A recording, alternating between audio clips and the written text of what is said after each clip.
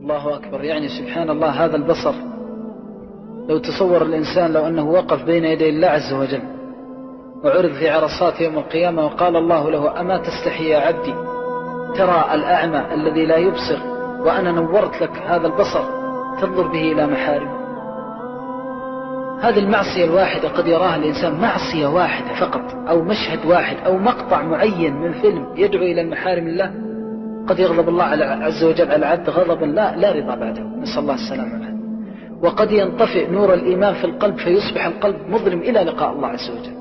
المعاصي خطيرة يا إخوان، المعاصي تميت القلوب وتطفئ نور الإيمان من القلوب. الله إذا جئت يوم القيامة ووقفت بين يدي الله عز وجل وعرضت عليك هذه المشاهد ما تخرج منها مشهد واحد، فقلعت هذه العين بمسامير النار وكحلت بكحل النار، ووجد الإنسان عندها لذة هذه الشهوات، ثم يسأل الإنسان نفسه سؤالا صادقا: يا أخي اسأل نفسك، ما الذي جنيت من هذه المشاهد؟ ما هي الثمرة؟ ما هي الفائدة؟ طيب رأى الواحد تمتع، لكن إيش العاقبة؟ كتبت في الصحيفة، حتى إذا جئت في عرصات يوم القيامة عرض عليك الكتاب وإذا فيه هذه النظرة التي لا ترضي الله عز وجل عنك.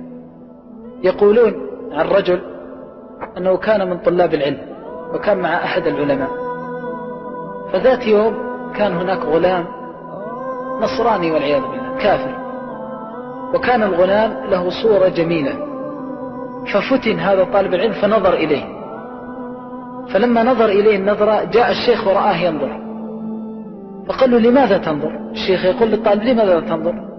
فكف الطالب، فقال الشيخ للطالب: والله لتجدن أثر هذه السيئة ولو بعد حين، يعني سيعاقبك الله عليها ولو في آخر حياتك. يقول هذا الطالب: فما زلت أنتظر هذه العقوبة فمكثت 20 سنة. هذه القصة ذكرها الإمام ابن القيم رحمه الله في مدارج السالكين، يقول: مكثت 20 سنة وأنا أنتظر العقوبة، وإذا بي في ليلة من الليالي نمت وهو حافظ القرآن فأصبحت فأنسيت كتاب الله عز وجل، صلى الله السلامة والعافية. فالذنب قد يستهين به الإنسان في جنب الله، لكنه عظيم، ولذلك قال بعض السلف: لا تنظر إلى ما عصيت به ولكن انظر إلى من عصيت. النظرة الواحدة قد تدمر حياة الإنسان كلها، نظرة إلى الحرام واحدة. فالله أخي في الله، أنا ما أقنطك من رحمة الله ولا أيأسك من روح الله، ولكن أبشر بكل خير. أريد منك دمعة تدمعها على ما فات من هذه الأفلام. أريد منك يوم تجلس لوحدك في الغرفة وتتذكر وتقول: إنا لله وإنا إليه راجعون. أي خسارة مريد بها؟ الله أعطاني البصر وأعطاني هذه النعمة ونظرت إلى الحرام، كم فيلم نظرت وكم مشهد رأيت، كيف ألقى الله؟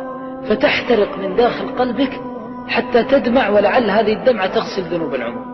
أريد منك هذه الدمعة وأنت خالي، فإن النبي صلى الله عليه وسلم وعد من دمع هذه الدمعة أن الله يظل في ظله يوم لا ظل إلا ظل، فقال في السبعة، نسأل الله أن يجعلنا وإياكم منهم، الذين يظلهم الله في ظله يوم لا ظل إلا ظله، قال: ورجل ذكر الله خاليا ففاضت عيناه، أي من خشية الله عز وجل. فاجمع هذه الدمعة. أوصيك أخي الأمر الثاني أن تقلع عن هذه المعاصي وأن تبتعد عنها، والله سيعينك. والله ما عقدت في نفسك أنك تتوب عن شيء إلا وفقك الله. والشيطان يأتيك يقول لك: لا أنت فعلت، أنت رأيت كثير، لا ما تتوب. والله لو غرق الإنسان في المعاصي من أخمص قدمي إلى شعرة راسي وأحسن الظن بالله فالله يعينه والله يوفقه. هذان الأمران اللذان أدعوك إليهما: ترك المعصية والندم على ما كان منك فيها وحسن الظن بالله. وأسأل الله العظيم أن يبدل إساءتك حسنا، إنه ولي ذلك.